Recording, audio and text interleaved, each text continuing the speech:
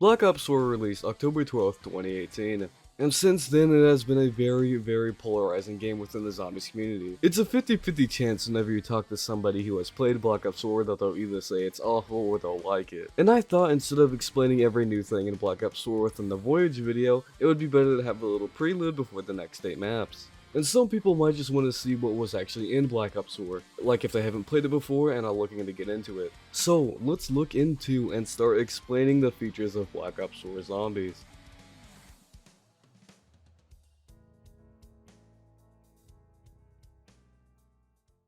The main menu. The first thing you'll notice is a brand spanking new main menu. Very nice and has straightforward access to all the basic features, with what I think is the best feature of the new menu, that being stats you can view for each map, the general mechanics. Walking, running, shooting, aiming, stabbing, throwing shit, and sliding are all mostly the same, but slide cancelling has been nerfed. You'll now slow down over time. Gone are the days of doing a quest for your specialist. You'll now spawn with it alongside some equipment, and you'll also spawn with your Elixirs. And you'll also now have a set health bar that will change depending on your difficulty. Those are just some things I wanted to mention to make future explanations easier.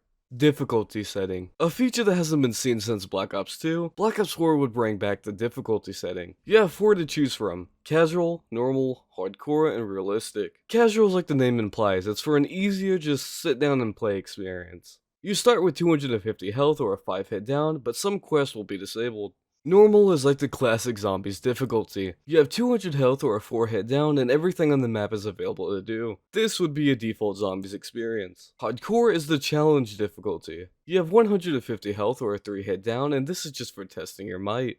It's like playing without Jug on the older games. Realistic is the hardest difficulty. You have 50 health or a 1 hit down. You know those OCO runs people do on games? Yeah, it's basically like that. Why would you ever want to play this mode? Overall, the difficulty modes, I'm gonna be honest, blow ass, and I'm not a fan of them. Game modes. Once again, another returning feature from Black Ops 2. Treyarch has once again tried their hand at more game modes and zombies. Black Ops 4 would feature Classic, and you can probably assume what that is. Rush is a fast-paced, secure area score multiplayer mode. I never actually played Rush until I started running this, and it's kinda hard to explain. You run to an area, fight some zombies, and it will also building up a multiplier. Everything on the map is free: perk, box, pap. So the score is just how much you can do, I guess. I kinda liked it. Found it fun. I actually had to stop myself from playing it because I found it pretty engaging. But I think you're supposed to play this with more people. Gauntlet is a mode where every round you are given a task to do. This consists of 30 rounds with the task becoming harder each time. Also haven't played this yet because it's planned for a video, but from what I've seen it's a pretty cool looking mode.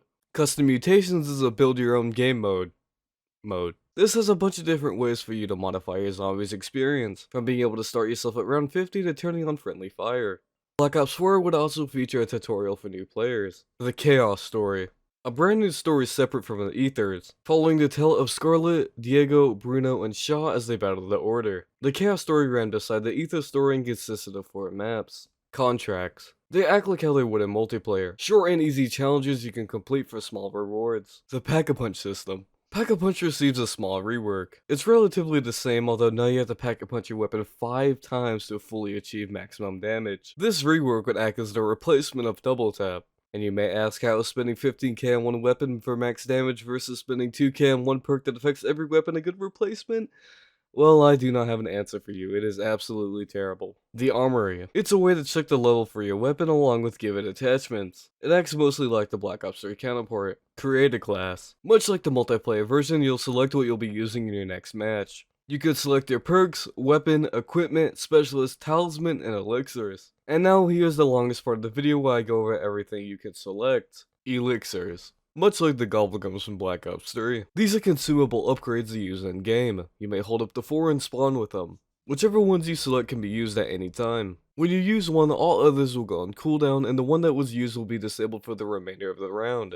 This time they have 5 rarities. The first rarity is Classic, which are unlimited and feature most of the guns from Black Ops 3. Always done swiftly, anywhere but here, Burned Out, Temporal Gift, Aftertaste, Arsenal Accelerator, Pop Shocks, Stock Option, and Utana Negation are all returning and act like how they did as Gobblegums. There are also some brand new elixirs. Equipment will automatically refresh your equipment. I actually just got that name right now. Head scan allows headshots to have a chance to insta-kill. Point drops allows you to drop 500 of your own points. Anti-entrapment gives you immunity to trap damage. Nowhere But There teleports you to a down teammate. And Quack No Rock gives every zombie a duck floaty. For the common elixirs, Bullet Boost, Dead of Nuclear Winter, In Plain Sight, Licensed Contractor, Swordflay, and Who's Keeping Score act like hella did on Black Ops 3. The new ones being Phantom Reload, which gives you a 30% chance not to consume any ammo from your stock while reloading. And Control Z, it'll turn zombies near you into allies.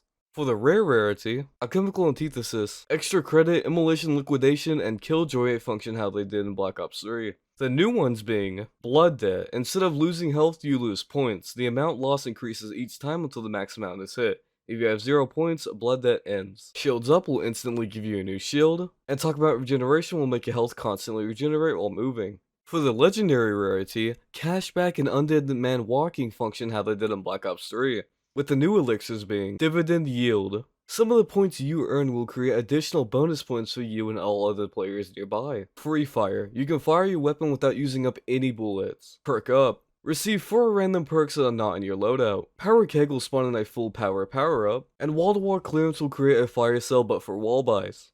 For the epic rarity, Shopping Free, Head Trauma, Secret Shopper, Raindrops, Power Vacuum, Near-Death Experience, Phoenix Up, Perkaholic, and Wall Power all function mostly how they did in Black Ops 3. And for the new elixirs, Conflagration Liquidation will spawn in a bonfire power-up. Refreshment will instantly refresh your cooldowns on your equipment, special weapon, and perks for all players. Join the party will respawn all players that are dead. And Suit Up will give you and nearby players full armor. Specialist. Like mentioned, you now spawn with them instead of doing a quest to get it. Specialists now have 3 levels, and you upgrade them by simply just killing zombies. They are split into 2 different sets since they change between the 2 stories. The Chaos Special Weapons are the Chekrams of Vengeance, 2 Chekrams that can be used to slice enemies or be thrown around. In level 2, it will give you a movement speed boost, and in level 3, you can activate them to spin around you for protection. The Hammer of Valhalla, a giant hammer that can be swung to kill zombies. In level 2, you can slam the ground to shock zombies near you. And in level 3, you can achieve a similar effect but without slamming the ground, instead lifting the hammer in the air and creating lightning to shock zombies. Spectre of Ra, a staff that shoots a beam of energy that can also heal allies and revive them when downed, allowing them to keep their perks. It can also be placed down to form a protective bubble. The Viper and Dragon, a shotgun and sword that can fire a short blast or slice zombies in half. In level 2, the sword will swing twice while the shotgun will shoot explosive rounds. And in level 3, the sword can launch itself while the gun expands into a 3-round capacity. The Ether Story Specialist are, the Hellfire is a flamethrower, which is, pretty self-explanatory. In level 2, it can release a burst of air knocking zombies back. And in level 3, it can release a tornado of fire. The Overkill is a minigun. In level 2, it gains a grenade launcher attachment. And in level 3, you can throw it to the ground to set off a nuke. The Path of Sorrows is a katana, normally able to slice with it, but in level 2 you can charge forward in a fast motion, or in level 3 you can go invisible, which is like an in-plain sight effect. The Ragnarok DG5 is a returning specialist that acts like how it did in Black Ops 3. In level 2 it generates an electric field around you, and in level 3 you're able to plant them down. Equipment. Unlike the specialist, the equipment stays same across both stories. You can choose some frag grenades, acid bombs, claymores, wraith fires, and a sentry turret. The Perk System. It has gone over a complete rework. Instead of each map having a bunch of random perk machines scattered around with the one that fits for extra perks, you now pre-select the 4 perks you'll be using on the map. This is by far the worst thing on Black Ops 4. Oh fuck.